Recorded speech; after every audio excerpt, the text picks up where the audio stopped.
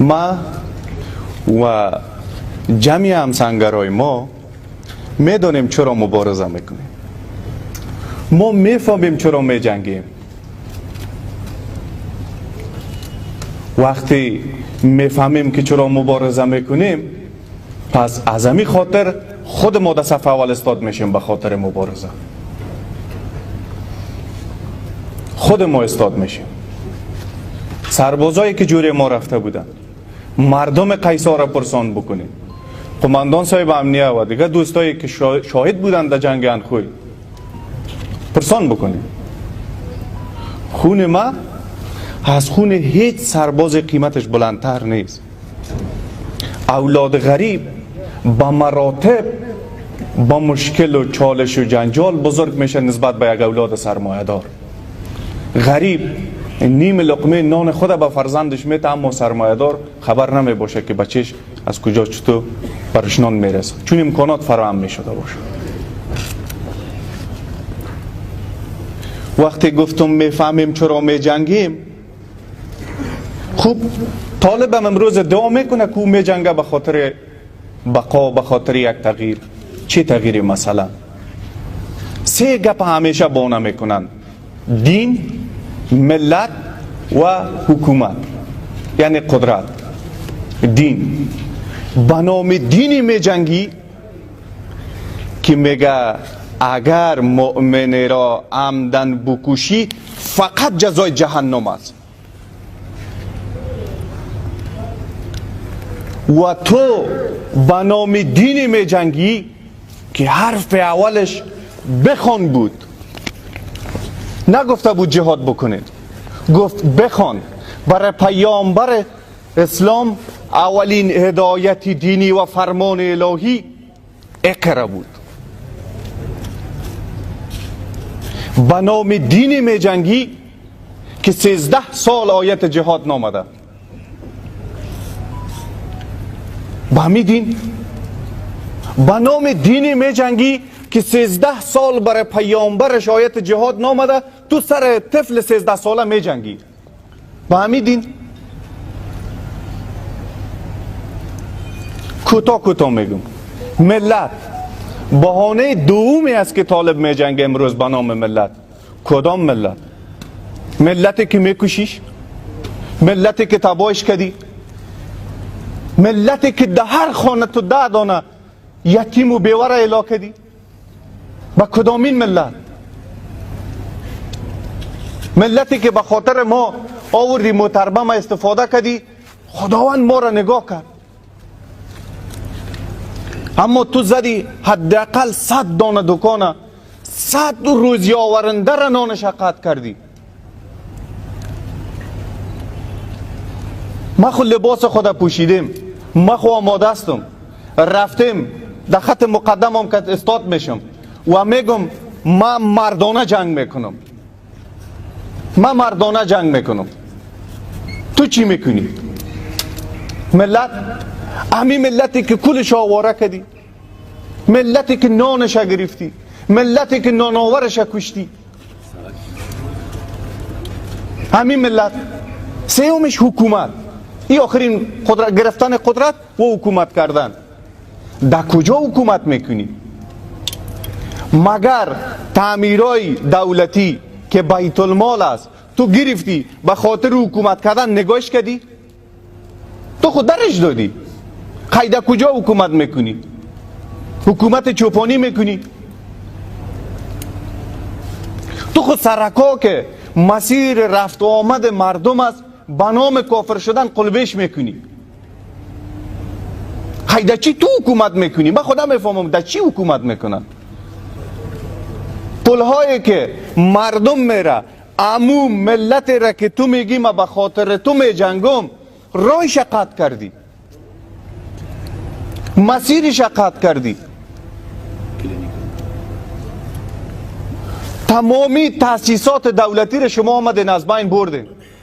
مردم جای برای تداوی نداره، مسیر برای رفت و آمدش خراب کردی، نانآورش گرفتی، به نام دین کشتیش. ما میفهمم، ما و همسنگرای ما میفهمیم چرا با طالب میجنگیم و میجنگم. تا روزی که خداوند برم توان نصیب کرده، تا روزی که حیات دارم کنار همسنگرای خود استاد میشم، سپر ملت خود میشم، مدافع حکومت خود میشم، میجنگم. ما به فرمان همو دین میجنگم که اینا بهانه میکنن و دین ترور ساختن. ما ثابت میکنم که من مسلمان هستم، تو هم اگه ادعا میکنی که مسلمان هستی، پس ما به نام همو دین، به فرمان همو دین سر تو را میزنم، تو خوارج هستی. همو دینی که محبت، همو دینی که ببینین حکمتای دینی وقتی که داخل میری با جای میرسی که اصلا تو نمیفهمی خداوند چقدر است بخششش. میگه در مقابل برادر مسلمانت لبخند بزن 10 اجر برات میتون. این همو دینی است که به نام همو دین یا برادر مسلمان خدا با مرمی میزنن. ما بیسواد نیستیم.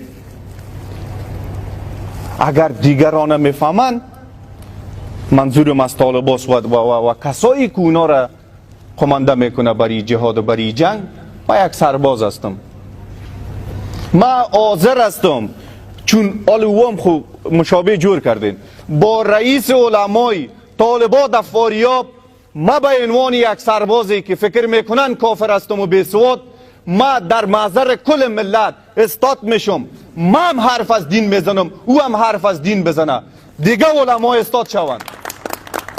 اگر ما پیش رئیس علمای طالبا کم آوردم، خون ما بخشیده، مرا اعدام کنه. من نه نو مسلمان هستم، نه نفهم آمدیم وارد از این نظام شدیم به خاطر مقابله و مبارزه. از شما ملت فاریابم میخوایم که لطفاً بیاین این دریشیایی که رنگهای مختلف داخل رنگهای مختلف، یعنی ملت با هم بسته و منسجم، کنار ما استاد شوین. اگر امروز ما تنها تانستیم قیصر را از سقوط نجات بدیم، شما بیشتر شوین کنار ما استاد شوین، ما مکمل قیصر را از لوس پلید از اینا خلاص میکنیم. توان ندارن، تبلیغ میکنن، آخرین قدرتشان یک متربم بود. همون خداوندی که امر کرده برو به خاطر حفاظت بنده های ما، همون خداوندی که لازم دیده. با خدا والی صاحب گاهی عشق میریزم، خداوند چطور ما را انتخاب کرد که به خاطر خادم بودن به بنده هایش ما را انتخاب کرد. خدا چی دیده بود در وجود ما که به خاطر دفاع از دینش ما را لازم دیدی لباس بپوشیم بیاییم استاد شویم. خداوند در مورد ما چقدر شفقت کرد که گفت تو برو پیره کو، چشمت به خاطر پیره داری نمیسوزانم در دوزخ. مگر میشه به خاطر همی دین، به فرمان الهی، به خاطر حفاظت از ملت و نوابیس ملی و تمامیت ارضی بالا به خندان جان نداد؟ مگر میشه؟ همین ملتی که گاهی بچشم میبینن، گاهی حضوری، گاهی پای پست فیسبوکی ما مینویسن قهرمان. قهرمانی لقب نیست که نه با جایگاه نه با ثروت. هیچ گاهی کسی نتونست که قهرمانی را با جایگاه حکومتی یا با سرمایه به دست بیاره. قهرمان هیچ گاه حکومت ها انتخاب نمیکنن، قهرمان توده های ملت انتخاب میکنن. همین ملتی که برای ما و برای همسنگرایم نوشته میکنه قهرمان، مگر میشه به خاطر حفاظت از اونا پای عقب کشید؟ میشه گفت به خاطری که تو آسیب نبینی خدا قربانی میکنم؟ میشه ایره قبول نکرد؟ توان ما همیز و شما باور بکنین که توان خداوند نصیب ما کرده. اگر ما خانه ما برم شاید 13 ساعت استراحت بکنم، اما وقت در وظیفه هستم 2 ساعت یا 3 ساعت یا 1 ساعت. بیاین کنار ما استاد شوید. بیاین به خاطر حفاظت از تمامیت ارضی نوامیس ملی به فرمان الهی جایی که جان بیتی شهید صدایت میکنن، اگر زنده بانی قهرمان. این مقام بسیار کم پیدا میشه. اگر عمر ما میگذره هیچ کس توان استاد کردن عمر نداره که گذر زمان توقف بده. چی خوب است در مسیری سپری بکنی که مردن حق است و حتمی، اما پس از مردن نام تو یاد شود، کارنامه های یاد شود، در نبود یاد شود. خداوند لازم ببینه که در خط مقدم جبهه به خاطر دفاع از بندگان مظلومش، به خاطر نجات مادری که از صدای توپ و راکت و وحشت حضور از اینا آرامش نداره. ما اولین روزی که دیگر روز بود وارد شهر قیصار شدیم، شما باور بکنین به شهر ارواح بود، ارواح بود دیگه، هیچ چیزی در اون شهر نبود جناب ولی صاحب. اما خدای ما شکر میکنم که با رفتن نیروهای امنیتی و دفاعی، ما عکسش برای ولی صاحب روان کردم، گفتم بیبی ما رحمت هستیم برای مردم قیصار و طالب وحشت است برای مردم قیصار، نه تنها برای قیصار بلکه در تمام جایا. در دیگه دنیا وقتی یک مرد مسلح یا نظامی در یک موقعیت باشه، مردم میگه اینجا کدام خطر است. وقتی در افغانستان در مسیرتان شما سربازی را میبینین که با تفنگ استاد است، با آرامش خاطر میرین، میگی که است حتما آرامش است، چون آرامش او محیطه با نارامی بدن خود به دست آورد. ممنونتان که قدردانی میکنین. این وظیفه ماست، مکلفیت ماست، تکلیف داریم که این زحمت بکشیم.